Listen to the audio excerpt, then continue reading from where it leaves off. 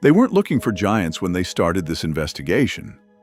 For example, there is a doorway in the back corridor of a courthouse built in 1847 in rural Ohio.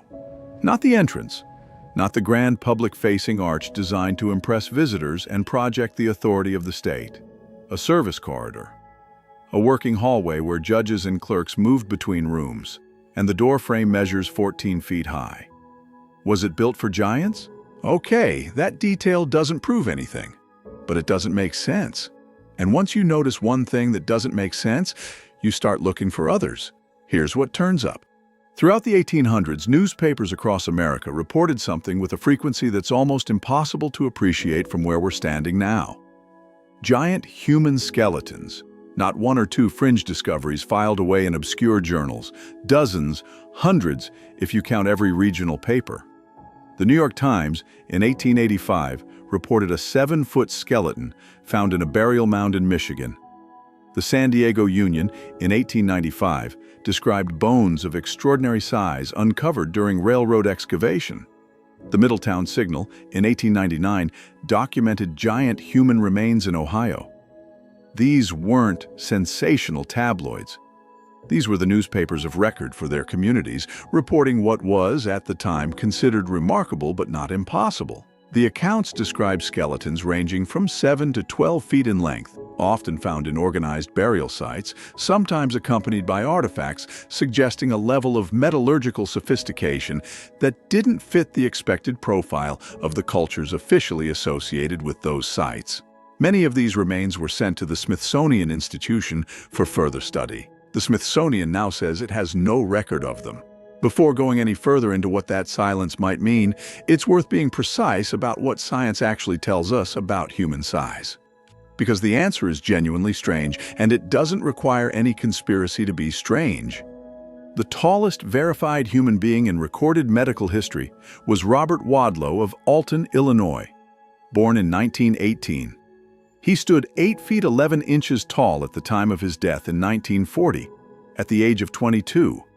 He weighed 439 pounds. He required leg braces to walk and had no sensation in his feet. His condition was caused by hyperplasia of the pituitary gland, producing abnormally elevated levels of growth hormone. He is not a myth. He is not a legend. He is a documented medical case with photographs, measurements, and a family that is still alive. And he is not alone in the record. Zheng Jinlian of China stood 8 feet 1 inch. Sultan Qasim of Turkey, still living, stands 8 feet 2.8 inches. Giants are real. They have always been real. The condition that produces them, gigantism caused by excess growth hormone, appears throughout the historical and medical record with uncomfortable regularity. What science cannot tell us is how common severe gigantism was in previous centuries, because the skeletal evidence, if it existed in the quantities those newspapers described, is no longer available for study. That absence is where the questions begin. Now consider Tartaria, because this is where the story stops being about biology and starts being about something much larger, something that requires looking at a map and asking why the map changed. Pull up a European atlas from the early 1700s and you will find a place called Tartaria, not tucked into a footnote, not marked as a vague or uncertain region, labeled with the same matter-of-fact confidence as France, Spain, or the Ottoman Empire. Grand Tartary, as it was sometimes called, sprawled across northern and central Asia in encyclopedias, in geographical dictionaries, in the maps produced by the most respected cartographers in Europe. Diderot's Encyclopédie, the monument of Enlightenment scholarship published in France in the 1750s and 60s, contained detailed entries describing Tartaria's extent, its peoples, and its geography. And then, across the span of roughly 50 years, it disappears. The mainstream explanation for this is not sinister, and it deserves to be taken seriously. Tartaria was never a unified political entity. It was a cartographic catch-all, a term European mapmakers applied to the vast and poorly understood territories beyond the Russian frontier. Regions populated by Mongol, Turkic, and various nomadic peoples that didn't fit neatly into the European model of bounded nation-states. As Russian imperial expansion pushed east through Siberia, as the Qing dynasty consolidated its hold over Central Asia, And as actual geographic survey replaced speculation, cartographers replaced the vague umbrella term with more specific and accurate designations. Tartaria didn't disappear because someone erased it. It dissolved because knowledge replaced assumption. That is the documented explanation. It is reasonable, and for most of the map it holds. But here's what that explanation doesn't fully account for: the architecture. Across Central Asia and Russia, there are structures that predate the cartographic disappearance of Tartaria by what the official record insists are centuries, and whose construction timeline remains, in certain cases, genuinely difficult to reconstruct. Samarkand's Registan complex, the Shah-id-Zinda necropolis, structures in Bukhara and Khiva whose tilework and geometric precision required a level of mathematical and engineering knowledge that historians have had to revise their assumptions about repeatedly as they have studied them more carefully. These are not hidden from scholarship. They are actively studied. What is interesting is how often the conclusions circle back to the same admission. We know less about how these were built, and by whom exactly, than we thought we did. Now layer something on top of that. Beginning roughly in the 1850s and continuing through the 1890s, a cluster of photographs began circulating through archives in Britain, France, Russia, and the United States. Not paintings, photographs, carte de visite, cabinet cards, tintype images, showing individuals of extraordinary stature standing next to people of average height. The proportions in some of these images are difficult to explain away as camera tricks, given the photographic technology of the era. The grain matches, the lighting falls correctly, the shadows are consistent. These are not early composites. That technology didn't exist yet in the form required to produce convincing forgeries at that scale. Some of these individuals are identifiable. Some had documented careers, however, briefly. A handful were exhibited, some employed in civic roles, but many are simply people in formal clothing, standing in ordinary settings, surrounded by ordinary furniture, looking directly at the camera with no apparent awareness that their existence would one day become controversial. And then, somewhere around 1900 to 1910, this particular type of photograph stops appearing. The newspaper reports stop at roughly the same time.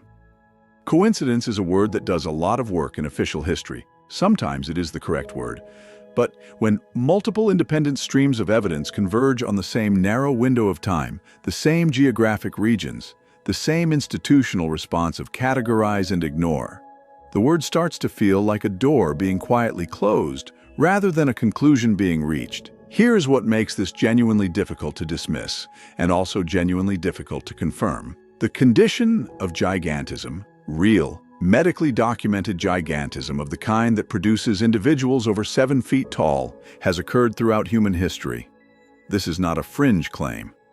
The ancient world recorded giants. The Bible describes them. Greek sources describe them. Roman physicians documented cases of extraordinary stature. Medieval chronicles mention them. Skeletons found consistent with severe gigantism have been authenticated in various archaeological contexts around the world, not at the scale the 19th century newspapers claimed, but enough to establish that the biology is real, that it recurs, and that it produces individuals whose size relative to the people around them would have been, in any century, striking enough to document. What doesn't exist is a continuous evidentiary chain linking those confirmed biological cases to the specific claims about architectural scale, about tools sized for larger hands, about a governing class of physically enormous administrators overseeing a civilization called Tartaria. That chain is broken, and where it breaks is exactly where the questions become most interesting.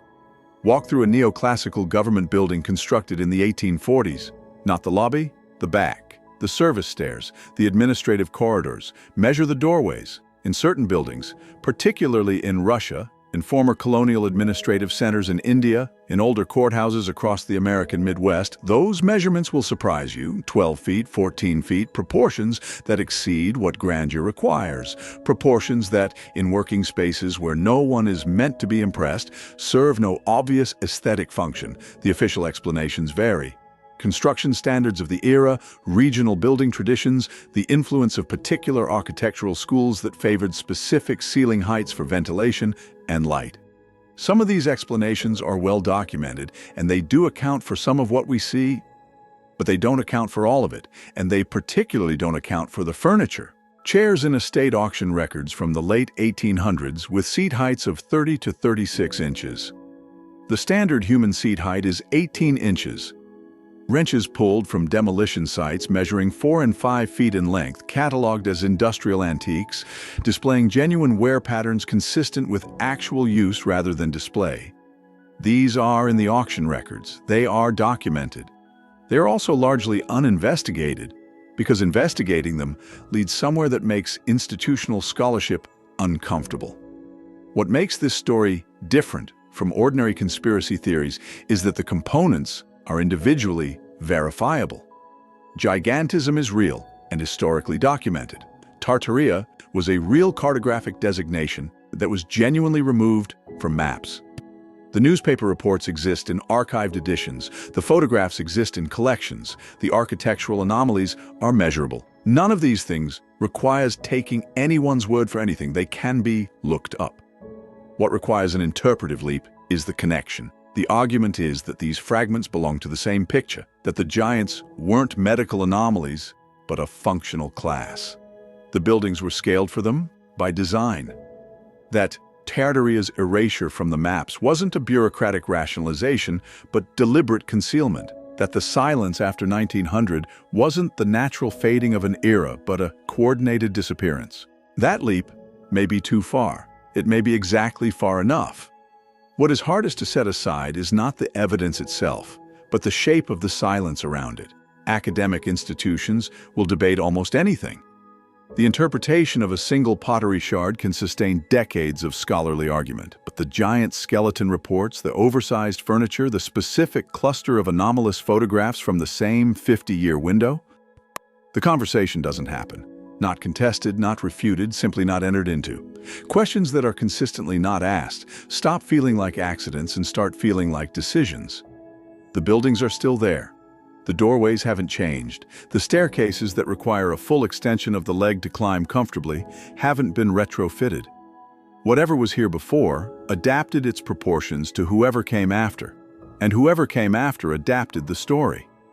Those corridors are walked through every day without anyone asking who they were built for.